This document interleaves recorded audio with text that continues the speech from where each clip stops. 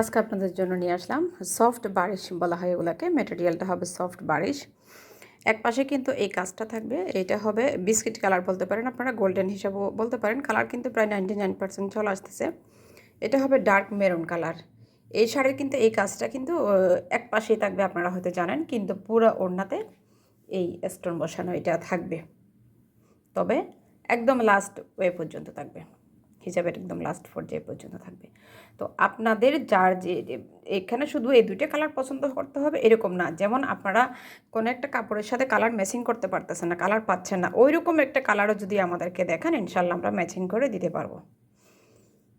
তো আপনারা এখন থেকে এই যে ওনার এই সাইডের হবে, এই যে দেখেন এই সাইডের কাজটা এতটুকু পর্যন্ত থাকবে, এই যে এতটুকু পর্যন্ত থাকবে, কিন্তু এই সাইডে যেটা সেটা এই পাশে থাকবে না আর কি।